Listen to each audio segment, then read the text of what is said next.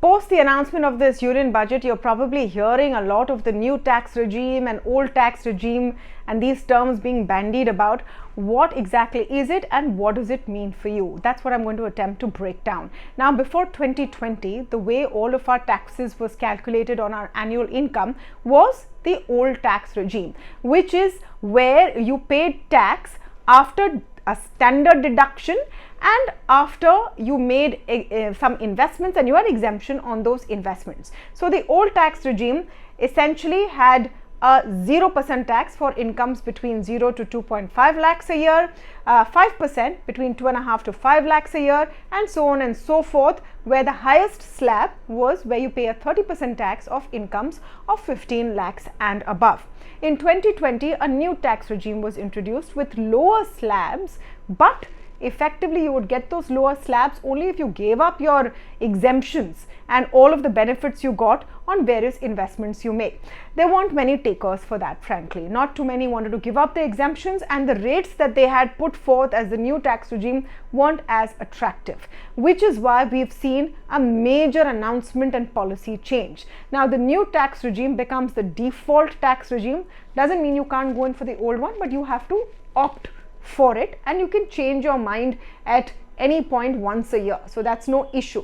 But the new rates essentially say you pay no tax between 0 to 3 lakh rupees, you pay 5% between 3 to 6 lakh rupees, 10% between 6 to 9 lakh rupees, 15% between 9 to 12 lakh rupees, and 20% between 12 to 15 lakh rupees.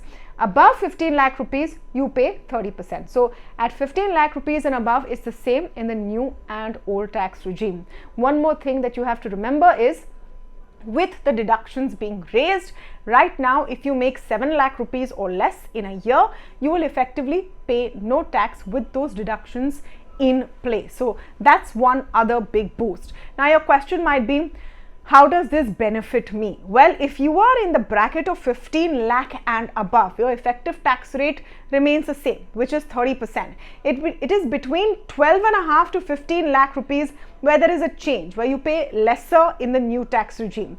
How do you decide which works for you? You have to sort of calculate what your tax outgo would be in the old tax regime. So it would depend on whether you have a housing loan, whether you're paying interest and principal, whether you have invested in certain schemes under Section 80C which give you tax benefit.